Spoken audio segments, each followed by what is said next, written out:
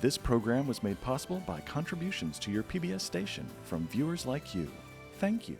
I am Mike Galligan with the law offices of Galligan and Newman in McMinnville, Tennessee. I support WCTE, the Upper Cumberland's own PBS station, because I believe it is important to create entertaining TV programs that also promote lifelong learning and understanding. When I support WCTE, I know that I am helping our Upper Cumberland community for generations to come.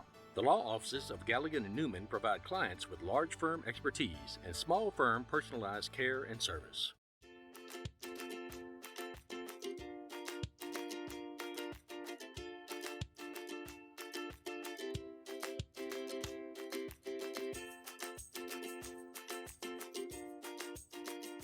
Teachers are superheroes. They get to teach you to fly and be a pilot, or to have X-ray vision, or to build buildings, and I really believe that, and I still do.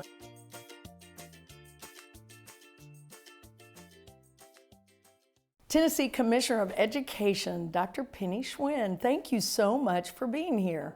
Incredibly happy to be here, yes. Now I said that right, Schwinn, right? Schwinn, yes. Schwinn Just like the bicycle, right? That's right. That's Penny awesome. like the coin, Schwinn like the bike. I love it. You know, thank you. You're visiting our community, you're visiting our station. You have, you're in your first year in this role, right? As Commissioner of Education. And we're gonna, you know what, we're gonna learn a lot about you in this little interview, but you are so committed to public education. Yeah. And you grew up in Sacramento, but you have lived all over the place and worked in Baltimore and LA and Texas, most recently Texas. Yes, ma'am. So what caused you to move from Texas to Tennessee to take on this role? Well, I mean, if you think about working in states, you think about state education, Tennessee is the place to be. I would say we have a governor who I deeply respect, and when he said, "Do you want to work for me?" I said, "How quickly can I get here?" And I think a history, especially over the last decade, of incredible growth and progress, and more importantly, I mean, I've been to, I think, most of the corners of the state and everything in between, so just over 70 districts at this point. And I mean, this is a state that's about family and community more than anywhere else I've ever lived. They ask how my kids are before anything else. The schools have been so welcoming and so proud and so humble about what they've accomplished. It is, I can't think of a better place to raise a family and to be able to be part of a public education system. That's exciting. It is, it's really great. So how has your visit been here today? Oh, I mean, wonderful. So we were in an elementary school, and if you want just a nice dose of joy, then you go to a kindergarten or pre-K classroom. You sit on a carpet, you color, you play with shaving cream letters, you just listen to students tell stories. And there were a number of little ones today who were talking about their big dreams and what they wanted to do. So being able to be a small part of supporting children in building those dreams is, I mean, there's nothing better. That's what you want. Yep, that's right. Yeah. So you come from a family of educators, right? Yes, I do. How do you think that has shaped your whole trajectory into education? It's why I'm in education. So my mom had me in her classroom when I was 6 weeks old. She was a single parent for a lot of my adolescence. And, you know, she always used to say, I've got you girls, but I also have my other kids to get back to. So she had me in summer school every year. She really felt like education was a way to achieve your dreams. And so, you know, I fought it for a little bit, as children will do, but it was always coming back to volunteering in the summer, going to summer school by choice, kind of being in corners of libraries as much as possible. And my mom just explaining that teachers are superheroes. They get to teach you to fly and be a pilot, or to have X-ray vision, or to build buildings. And I really believe that, and I still do. And so my sister's a teacher. We both married teachers. Wow. And I hope both of my girls are educators as well. I just think there's no greater profession. It is such a joy. That is so awesome. Yeah. And so your mom was a teacher for many years, right? Yeah, 37 years in Del Paso Heights. Yes, a little community in the north part of where I grew up. Okay. Room 16. Near Sacramento? Or? Yeah, so it was the north area of Sacramento. It changed a lot. It was rich in a lot of things, just not money. And I think she really felt a calling to provide all of her kids with access to an exceptional education, and instilled in my sister and I that there is no greater gift that you can give a child than a really high quality public education, because it gives them the opportunity to do whatever they want. Yeah. And I feel that way too. I think about my students a lot, and hopefully I was a small part in the successes they have now. Oh, absolutely. Well, I want to talk to you a lot about that, because you you've been a teacher, an administrator, a school board member, educational leader, but you early in your career, you joined Teach for America, right? Yeah, right out of college. So why that, and what experience did you get from that? Yeah, I think I was figuring out at the last part of college what I wanted to do, and I thought I wanted to be a lawyer. And then Teach for America had been doing some recruiting. I was thinking about becoming a teacher, and then they talked about all the opportunities to serve so many kids across the country. And I said, maybe just give me 2 years. Just give me 2 years and I'll get it out of my system, quote unquote. Packed up my little Honda and drove. There's a sign in my town that says, Ocean City, Maryland, 3,082 miles away. And so I said, I want to go to Baltimore, Maryland, because it's as far away as I can get. Right. Packed up my Honda, drove, and within the first 3 weeks, I became very clear that there's no other profession that I could be in. And I met my husband on the first day of work. So yes, I did. We taught together in Baltimore, and just both have a very deep love and I think appreciation for what public education does for kids. And so I'm very grateful to my experiences there. I think I learned a lot. And more than anything, I learned a lot from the mentor teachers that I had. I was at Patterson High School, the home of Hairspray the musical. Carol Brett, Coach Wren and Coach Bowers were incredible mentors to me. They weren't part of Teach for America. They were teachers that had been longstanding in the district. But you just see how hard our educators are working, and you want to be a part of that. Let's talk about your strategic plan and how important it is to drive for data to drive decisions. That's right. So what is your strategic plan? Yeah, so there's 3 big pillars. I think Tennessee is rooted on a strong foundation of standards and assessment, accountability, evaluation, and supporting our highest opportunity schools. But our new plan is really thinking about how do we build on that. So first and foremost, how do we ensure every child has access to a high quality education no matter where they live? Governor Lee is such a focus on our rural communities and our distressed counties, and so we want to make sure every student has an incredible education. That's going to look a little different in all of our communities, but it's incredibly important. We'll do that through literacy, we'll do that through career exploration at the earliest grades, and we'll do that through high quality instructional materials like I saw in my school visit today. Second big pillar is on whole child. We know that we've got to focus on the mental health of our students, especially as we see issues of addiction, increased suicide rates, et cetera, across our state. It's incredibly important that our students feel safe and are safe. The second is on school safety and a culture of achievement. And then the third is on children with disabilities. We have a number of students who are struggling in a lot of different ways, and we have an increase in the number of students who have a range of disabilities. And so how do we support our educators and our children to realize the amazing success that they can? Right. And then third, and obviously very close to my heart, is elevating the profession of teaching. Yes. How do we make Tennessee the place to become and remain a teacher so that people all over the country think there's no other place that I could possibly think about teaching than the state of Tennessee? And so how do we recruit and retain our excellent educators? How do we prepare them in a really meaningful way? And then how do we support them along their leadership in their classrooms and out? That's great. Yeah. So how will data play into that? So data is a really big part of that. So I think we're looking at trends in our literacy rates to know that that's an area we have to focus and where we need to focus. So thinking about how do we support implementation of high quality materials and looking at data trends over time. If we're looking at whole child, some of the statistics I just shared, we're looking at, Tennessee is 50th in the country when it comes to access for mental health supports for children in crisis. Wow. So that's a really staggering data point, and we've got to do something about that. And when we think about educators and we think about such a high percentage of our young people in high school and college who are interested in teaching, and then we think that we're less than 4% now, we've got to do something and own making the profession what it has been, and making sure our young people know what an amazing profession it is and how much joy you get out of it. And frankly, making the conditions of being a teacher and a principal and an AP such that you can do it for year after year and support a family. Right. So we're thinking a lot about those data points. I think that's one of my favorite things you've just said, because in rural communities we're losing teachers, and we need our young people to stay and become teachers. That's right.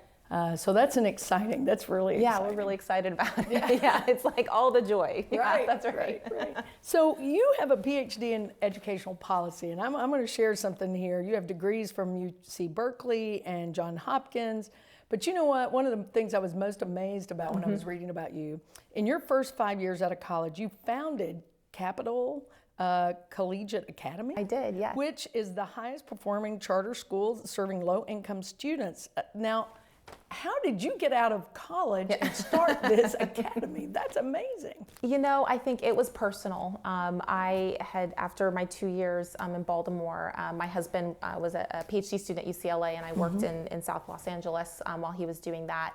And seeing some of the challenges in Baltimore and in South LA, I thought about my own experiences. And so I grew up in Sacramento, but in my first kind of K through 6 experiences, I went to schools that are now focus and priority schools and what we would call turnaround schools. And they bused me to kind of a quote unquote better version of my neighborhood school. But my mom had to move us 10 miles up the road, and I went from going to attending one of the lowest performing schools in my city to one of the highest performing schools in the state. And it was 10 miles, but it was just because my mom had the social capital to do that. Right. And too many of our families don't have that. And frankly, most of our families want to go to their neighborhood school. I know my mom wanted to send us to our neighborhood school. Right. So I thought about the kids I left behind, who were now parents themselves and their kids. And so it was more just about a gift back to my home community and creating a school that gave the same pathways that I was very fortunate to have. And I think that's what parents want. They want their kids to be happy and healthy and successful.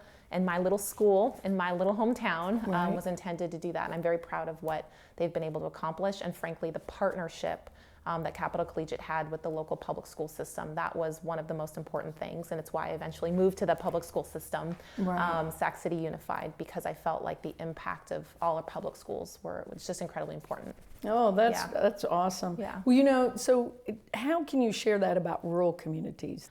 And we've been thinking so much about that. So there's kind of small things that are really big we can do at the department. So for example, when we think about grants that we could be giving out, when we think about our big cities and urban centers, they have full-time grant writers in a lot of cases. Our rural communities don't have that. And so how do we make even grant allocations more equitable from a state perspective? And frankly, especially when you're thinking about rural communities, how do we invest to create public school choice in different ways? So we can create grants to have arts programs within high schools. We can say, great, maybe there isn't a way to have an AP calculus and an AP chemistry and an AP biology teacher because the high school size is too small. But we can invest in other ways to give students that access, whether it's through online learning, there's some teacher sharing that we can do. And frankly, there are ways that we can say, you know what, from a resource perspective, some communities need more in order to have equity across the state. And I see that a lot in our rural communities, especially because there's a humility that I've come to deeply appreciate. And our role is to be able to recognize and appreciate that humility, but also to make sure that children in our rural communities get exactly what any other child's going to get, and vice versa. And when we think about our urban communities and suburban, so we're going to look a lot at how we differentiate supports for our districts. But those are just two small things that we can do as a state to make sure that all of our communities have access to a high quality education. What do you think, just in your year now of service, do you think is our greatest challenge? I think that it's just what you said. It's the idea that Tennessee has so many reasons to be proud. There's been so much growth over the last decade, and it is such a unique and diverse place. So if I am in Far East or First Tennessee, and then the next day I'm in Lake County, and the next day I'm in Memphis, and then I'm back in Nashville, I have just been to 4 completely different areas with completely different needs. And so if we're thinking about the role of the state, how do we ensure that we are giving each of those 4 areas as examples what they need and how they need it? So I think the challenge is actually at the state level to be able to think critically about differentiating for the unique individual needs of all of our districts as opposed to a one-size-fits-all, and then to matching supports to our districts at the local level for what they need. It's really hard to do with 147 districts, but it is the work we should be doing, and I think it's just kind of continuing to grow and push ourselves to be better and better. That is something that is uniquely Tennessee, but that continuous improvement and wanting to kind of keep your foot on the gas pedal can be really hard. So how do we support kind of that sense of endurance from a resource perspective and from an individual support perspective? That sounds perfect. Now, you're not a stranger to public television. You worked with the PBS stations in Texas. Yes. So how do you see, Tennessee is really unique in that we have 6 PBS stations across the state. We all work collaboratively together, but we're community licensees to our sort of serving our regions. So how do you envision working more with public television in the state, and how can that help you achieve your goal? Well, aside from being a massive fan of public television, so everything from it's nice. I was a Mr. Rogers Reading Rainbow, and to see my kids watching Daniel Tiger and Peg, all of them. Peg plus cat, yeah. So many. I think it's this idea that there has got to be a strong partnership between our public education system and public television. We know that our students are coming home, and whether they're on iPads or TVs, oftentimes they're watching education shows. We are thinking about literacy, and when you look at the research from 20, 30, 40 years ago, how important Sesame Street was for pushing literacy across our country. And so some of the things and lessons that I've learned from my past experiences is that when we network across the state, especially rallying around some major initiatives like pre-K through 3 literacy, like Whole Child, there's a real opportunity to have the community partnership and the schools where all of our kiddos are. And when they're working really closely together and rallying around those big bbig we've seen from a data perspective, achievement just soar, and students feel that level of alignment and support. And so again, super big fan, and I think one of the things that I would like to do is to see how I can help support even greater collaboration and cohesion in those partnerships. Well, that sounds exciting. Yeah. Well, we have a wonderful partnership with Putnam County School System, and Yeah. Cindy Putman is our Ready to Learn teacher and project manager. And, and PBS does we have so many resources available free to parents. And so thank you for that, and thank you for your support of that. Oh, absolutely. Absolutely. So, you are so young. Oh, thank you. Well, you are. In fact, I think I read you may be the youngest chief executive of education for Tennessee ever in our history. That's pretty exciting. Yeah, it's an honor. But how did you get so much experience in such it's not a short period of time, but in really a relatively young age? Yeah, I think I learned, so my dad's a police officer, my mom's a teacher, and my grandfather is a nuclear engineer. And I think all three of them instilled a very clear sense of hard work. So in graduate school, I didn't take time off. I was working full time the whole time. And so it's a lot of wanting to be supportive and be part of things as much as possible. So in starting my school, I was also working full time in a local school. I think it's that idea of just wanting to say yes. And if there's a need, if there's a way that I can help kids, then I say yes to that. Have Suitcase will travel if there are students and children who I feel like I can serve. And so I've just been very lucky to have those opportunities, and frankly to have mentors and incredible educators who have trusted me enough to give me those opportunities. But I take it really seriously. Well, I can see that. Who are some of the people who mentor or inspire you? So I mentioned Carol Brett, my mentor teacher, and those who surrounded me in Baltimore, and they've been incredibly important to me. I had an early mentor when I moved back to my hometown in Sacramento, Ed Manansala, who's a superintendent there. I think he really taught me about the value of relationships and how important it is to bring community together with public schools. And he's a wonderful, wonderful person. And then I would say one of my biggest mentors has been Mark Murphy. He was my boss in Delaware. He was the Secretary of Education there, and he was someone who I think had a very thoughtful approach about putting kids first every time, no matter what, especially when it's hard. And I think that I've learned from him and from, frankly, Carol and from Ed, that when you put kids first, even if you lose that particular day, you go home, you go to sleep, and you sleep well, and you get up the next day feeling energized to do it again. And that's something that I've taken really to heart, because, man, if you're in our classrooms across the state and you see their faces, whether they're 3 or they're 19, and they've got those big eyes looking at you and saying, just give me a shot, there's nothing greater and there's no bigger responsibility.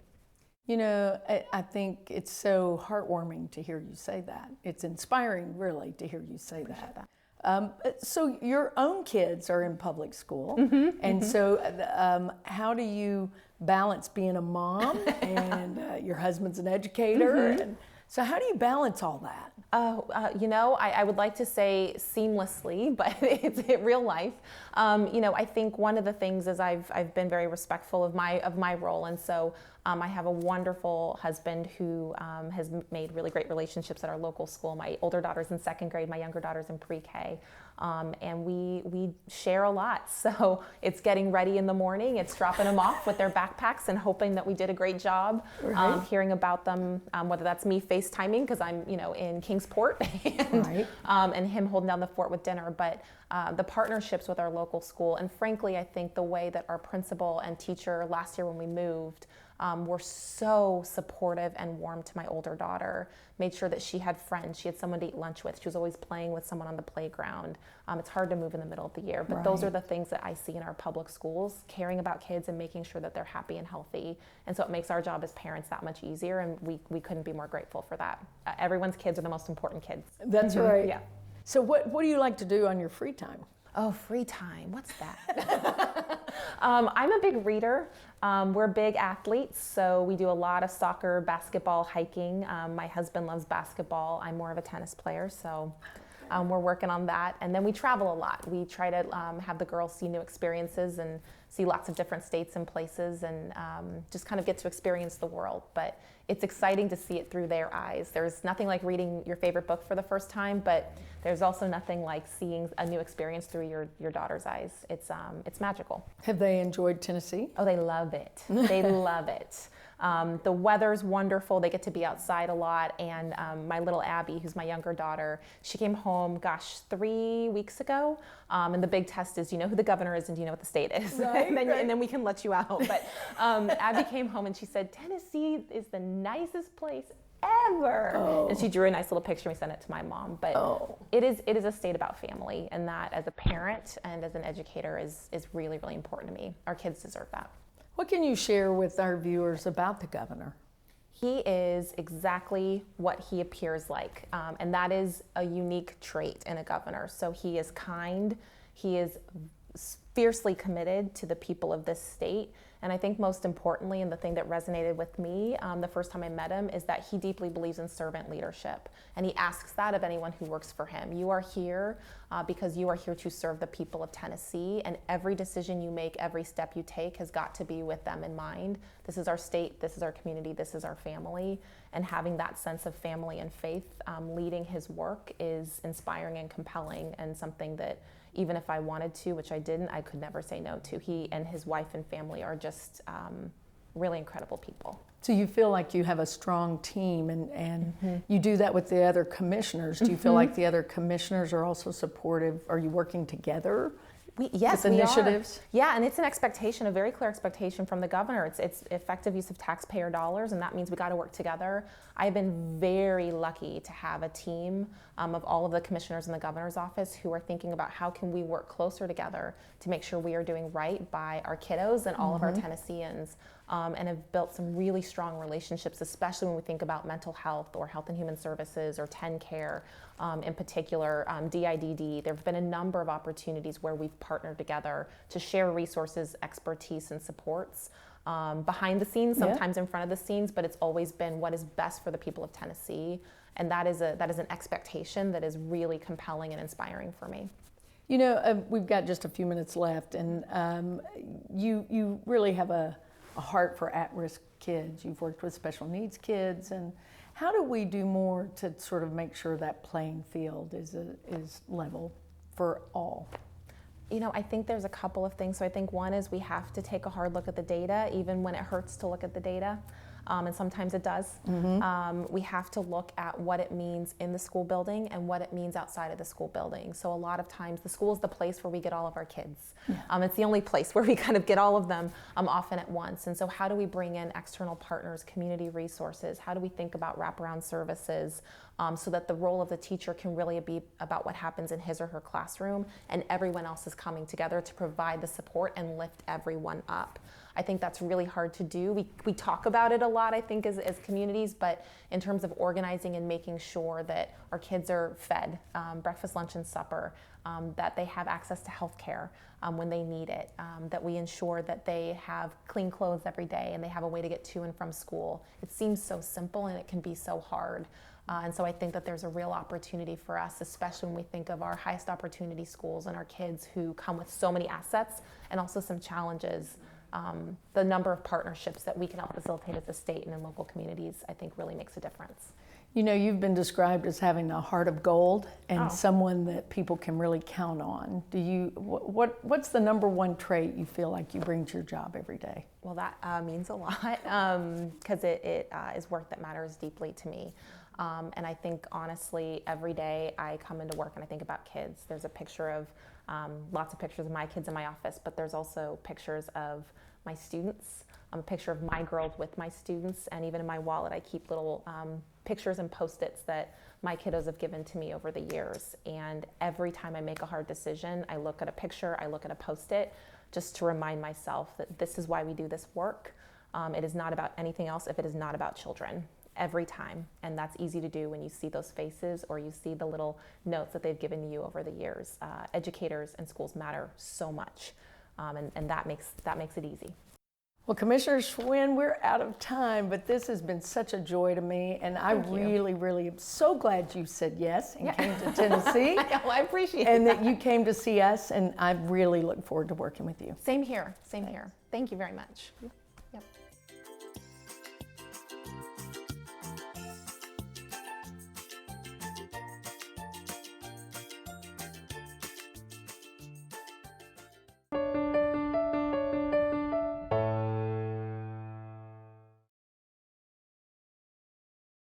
I am Mike Galligan with the law offices of Galligan and Newman in McMinnville, Tennessee. I support WCTE, the Upper Cumberland's own PBS station, because I believe it is important to create entertaining TV programs that also promote lifelong learning and understanding. When I support WCTE, I know that I am helping our Upper Cumberland community for generations to come.